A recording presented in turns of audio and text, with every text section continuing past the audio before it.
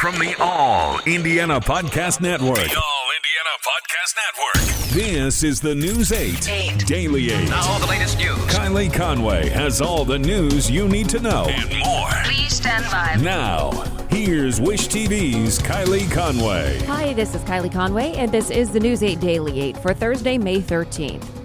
Let's talk about the weather real quick and finally have some good news for you. We're continuing to gradually warm up today. It's going to be a nice spring day with highs topping out in the mid-60s and plenty of sunshine. And today, COVID-19 vaccinations are available for people as young as 12. Happening right now. You can sign up. The Pfizer shot is an option now. The FDA granted its authorization yesterday. State officials say each county will have the Pfizer shots on hand today. Parents are turning to pediatricians for advice. We did hear from two in the community, from Riley and from Community Health, who endorsed the vaccine in kids. First, they know parents are weighing the risks of their child getting sick, maybe seriously. A CDC doctor just reported yesterday that in April, 9% of COVID cases were in children 12 to 17. That's actually more than in adults 65 and older. A Riley pediatrician says, unfortunately, he's also seen deaths in children. And some of them were children who didn't have anything wrong with them other than the fact that they came down with coronavirus and died of it. This is an ongoing virus, and until we mount an immune response among the world, really, we're not going to see a change. So we all have to understand that this vaccine is going to help us in the long run tremendously. That's the other element to the argument. Kids can still pass the virus to adults and also contribute to things like school and community shutdowns. That was a story of a family at a park last night. We met two 14-year-olds who were stuck in quarantine out from school for the third time this year since a classmate got sick. Then a final element, Dr. Christensen says, the young adult mental health toll of the pandemic has been significant.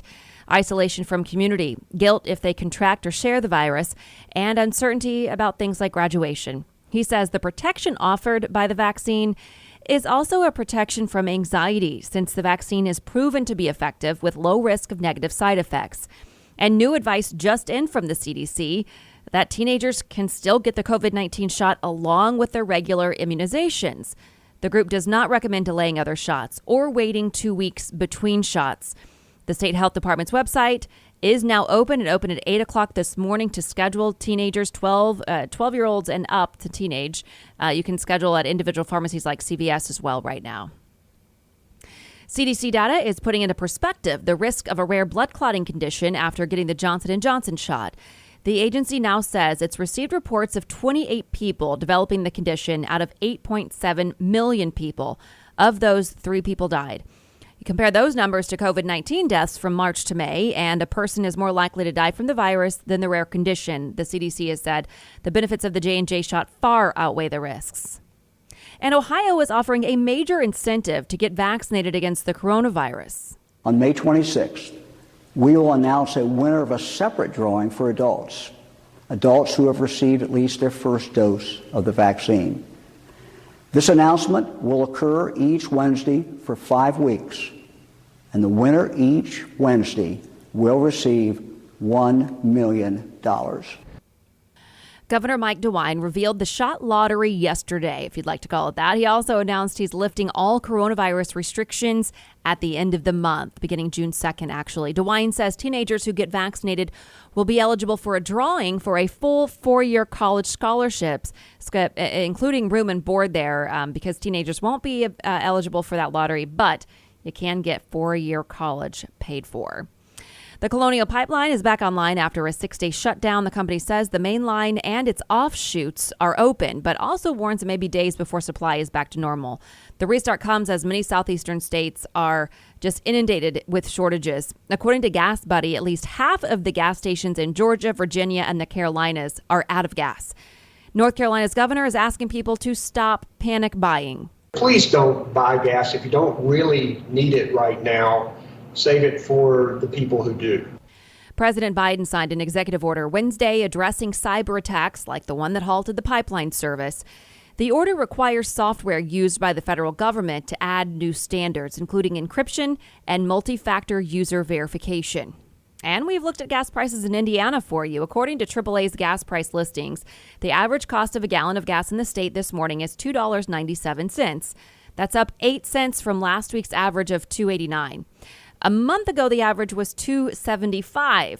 Experts say the rise here is not from pipeline problems, but rather increased demand as more people return to pre-pandemic activities.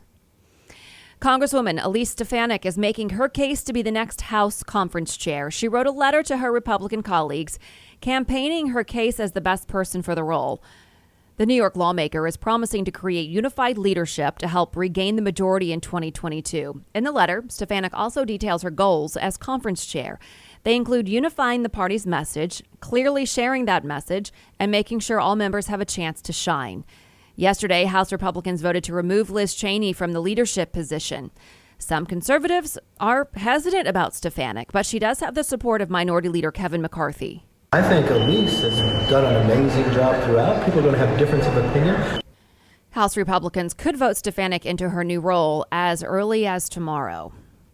And calls for reform. 150 current and former high-profile politicians, mostly Republicans, are threatening to leave the party unless it makes some changes.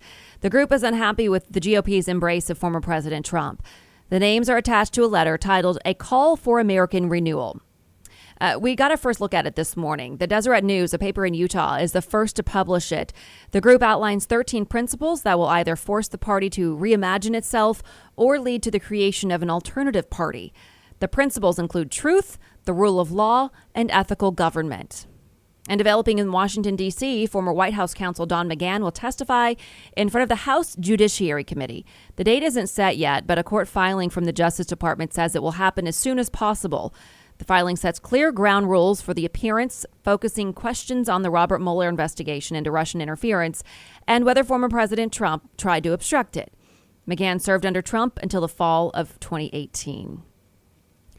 A man accused of shooting 3 people in Times Square is under arrest this morning. Police announced they arrested Farrakhan Muhammad while he ate lunch in a McDonald's parking lot near Jacksonville, Florida. Muhammad is accused of injuring 3 people late Saturday afternoon. The police commissioner says the shooting happened during an argument between several men. According to investigators, Muhammad was aiming at his brother, but they haven't focused in on a motive. And this morning, a $10,000 reward is being offered for information leading to an arrest in an arson case in Beech Grove. Authorities say at least one person set fire to 2 Amtrak buildings on Garstand Street on May 2nd. Police say the crime happened sometime after midnight. The fire caused up to $1 million in damages. Tips? You can submit them online. An Israeli airstrike has now taken out a 3rd high-rise in Gaza. Shortly after the strike, the building collapsed. President Biden says he's spoken with Israel's prime minister about ending the violence between Israel and Gaza. The United Nations Special Coordinator for the Middle East peace process is also responding to the situation. He tweeted, "Stop the fire immediately. We're escalating towards a full-scale war." IPS celebrates its top students. The district says nearly 300 students got exceptional grades, and half of them have a 4.0 GPA or better. Superintendent Alicia Johnson spoke to them during a virtual ceremony. To our students, you've talked the talk, walked the walk, and now you're reaping the rewards of a job well done. The IPS Honors Ceremony is about celebrating you, your hard work, and your amazing achievements. To achieve IPS honors, students must have a GPA of 3.5 or higher. IPS says all honors students have also decided what they want to do next after graduation. Congratulations to them. And we are just 17 days away from the greatest spectacle in racing, and the entry list is set. It's a deep field of 35 drivers with a lot of interesting storylines to see shake out over the next couple of weeks. There are 9 past winners among the 35 drivers on the list. That's just one shy of the record for winners in on one field. There were 10 in 1992. 3-time winner Helio Castroneves will be trying to get in the 4-time winners club with AJ Foyt, Al Unser, and Rick Mears. 2-time winner Takuma Sato will try to be the first back-to-back winner since Castroneves in 2001 and 2002. The other 2-time winner on the list, Juan Pablo Montoya, who is returning to the track for the first time since 2017. Simona de Silvestro returns to the race for the first time since 2015. She is the only woman in the field of drivers this year. She was the Indianapolis 500 Rookie of the Year in 2010. Also, this year, IMS welcomes 3 drivers vying for those Rookie of the Year honors. They are R.C. Anderson, Scott McLaughlin, and Pietro Fittipaldi, who is the grandson of 2-time Indianapolis 500 winner and Formula One champ Emerson Fittipaldi. Fans are going to be watching to see how the young drivers match up against those veterans, of course, and looking at the 4 IndyCar races that have already happened this year. 3 of the winners are not past Indy 500 champs. Among them are Pato O'Ward and Colton Herta, who, along with Rinus VeeKay, would be the youngest ever to win the greatest spectacle in racing. Troy Ruttman still holds that record from 1952. And it's important to note, with 35 entries, that means there will likely be a bump day to get the number down to that magic 33. Practice begins Tuesday, and there are fans allowed inside the track for those practices, qualifications, and carb day. The findings of an external review of IU Health's staff after the death of a black doctor showed a lack of awareness of implicit racial biases. Dr. Susan Moore documented her experience at IU Health North Hospital on Facebook in December. Moore died of COVID-19. The review found that caregivers at the Carmel Hospital lacked empathy and compassion and awareness of implicit racial bias in the delivery and communication of Dr. Moore's care. IU Health's president and CEO says the findings show that Dr. Moore's care did not contribute to her death. State Representative Robin Shackelford says she's relieved to see action being taken. You have to realize that everyone has a different background, a different experience based on their color, based on their gender, based on their sex. So I think getting this training for health professionals will just enlighten them on some of the other things about their patients and help them be more compassionate. Shackelford introduced a bill during this year's session to focus on cultural awareness and competence training for healthcare professionals. That bill did not get a hearing. The Madison County Sheriff's Department is thanking everyone for their help in the search for a missing boy. We covered the search extensively on Daybreak yesterday. We talked about it here on the podcast. In a Facebook post, the department writes, "We are blessed to have so many first responders in our area." It names many of the agencies involved in finding 3-year-old Abdul Agbula. An EMS driver from the Chesterfield Union Township Fire Department is who found the boy. Justin Harmison was directing traffic along State Road 13 during the search. He told us, News 8, that he heard a faint cry coming from a ditch. That's when he spotted the child and called for help. Harmison says that the boy looked cold, his feet were wet, he didn't have any shoes or socks on. Police say Abdul was taken to the hospital to be checked out and is said to be in good condition. Harmison told us he was glad to help. It makes me feel amazing. Just knowing that I was able to reunite a parent with their child. I truly believe that that's a feeling that no one can actually experience until they've done it. Almost 100 people took part in the search. Now to some business headlines. Wendy's bet on breakfast is paying off as it reported better than expected sales and raised its forecast for the year. Also, Wendy's said a recently launched chicken sandwich sold very well during the quarter. Seems to be the case. Whoever's launching a chicken sandwich seems to be doing quite well. And Gas Buddy has been a go-to app for finding the nearest spot to fill up. Earlier Wednesday, it appeared Gas Buddy might be down. That's according to a message posted on its website. So Gas Buddy allows users to find the cheapest prices for gas, but has risen in popularity because of a crowdsourced fuel availability tracker that helps users find which stations still have gas. Tesla Chief Executive Elon Musk says the company is suspended taking Bitcoin payments for its vehicles. He tweeted there is concern about the rapidly increasing use of fossil fuels for Bitcoin mining. Tesla earlier this year began to accept the cryptocurrency as payment for products sold in the U.S. Starting June 1st, United customers on most flights over 2 hours will be able to purchase beer and wine. On June 15th, United will introduce a revamped menu of 4 purchase snacks and brand new premium cabin meal options on most flights over 1,500 miles and hub-to-hub flights over 800 miles or more than 2 hours. Customers will be able to purchase these offerings. Some restaurants are seeing lunchtime crowds pick up as business gets back to somewhat normal. CNN reports among the changes restaurant owners have encountered, boozy lunches are getting boozier, attire that's less buttoned up, and at least one pandemic-era addition, the partition between tables, that's actually grown on customers. Some restaurant owners add that people are spending maybe 5% more than they were before.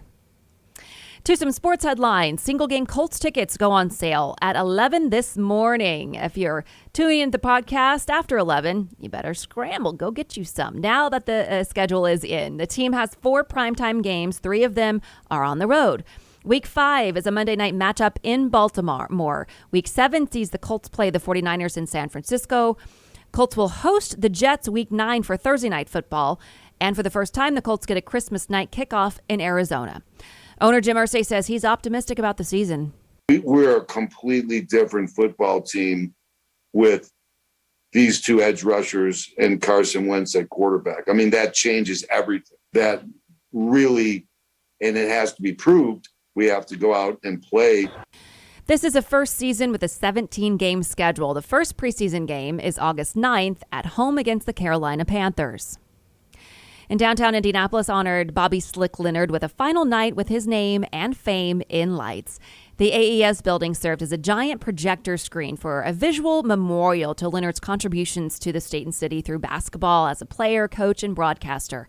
A few blocks away, friends, former players, and fans gathered at Bankers Life Fieldhouse for a service celebrating his life.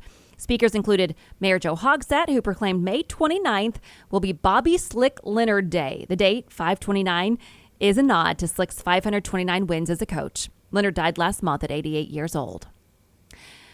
And finally, 4 central Indiana children are fighting for their lives, and they all live within an hour radius, and doctors have diagnosed them all with the same form of childhood cancer. This morning, their families are asking for help. They want people to be a part of a walk Saturday to raise money and awareness. So this is a type of a tumor that starts in the brainstem, and it's called DIPG. It's the part of the brain just above the back of the neck and connects to the spine.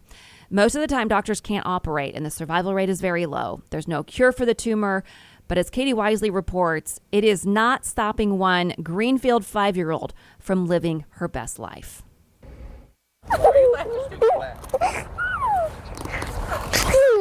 It's a perfect day to practice t-ball in the backyard. Brinley Niederhaus is perfecting her swing. Even with little vision in one eye and aiming for the target. My bucket. The preschooler was diagnosed last May. She underwent 6 weeks of radiation. Now she gets an MRI every other month, blood drawn every other week, and chemotherapy. We're coming up on a year, and not too many kids live very long. Past 2 years. Brinley's passion for life is written all over her face, whether it's learning to ride a bike without training wheels. Watch out, Reagan! Swimming in the pool on vacation. Or sitting front row at a Chicago Cubs game. Hope to us is everything, you know. Hope to me is being able to see her walk down the aisle one day, graduate high school. 45 miles away in Franklin, Addie Mae is the center of the Jensen family. You can see it in her eyes sometimes how sad she is. The 4-year-old was diagnosed last July. The Cure Starts Now, a nonprofit organization that helps fight childhood cancer, funded a clinical trial for Addie Mae. Zach and Kate Jensen believe that kept their farm-loving girl alive through Christmas. But in January, Addie Mae was diagnosed with another form of rare cancer that spread to her spine and brain. Now she's been put on hospice care. About 25 days ago, Adeline looked pretty rough, and they said we're looking at maybe 8 to 10 days that we'd expect her to be here. So Addie, again, you give her a timeline, and she's like, nope, not today. 8-year-old Addison Varnes and 3-year-old Riley Bennett are also asking for prayers. We're like our new family, and it just, when it hits one of them, it just hits us all. There's hope more days like this will come. The sun may be out, but it's the smile on this face that shines bright. Again, that was Katie Wisely reporting. Now, the walk is Saturday morning from 9 to 12 at Blue Heron Park in Franklin. It's a non-timed 2.5-mile walk on a paved path. You can register at the event on Saturday morning. The Cure Starts Now had a goal to raise $30,000. It's already surpassed that. More than $42,000 has been donated. This has been your News 8 Daily 8. For Wish TV, I'm Kylie Conway. Online at wishtv.com and follow us on Facebook when you search Wish TV.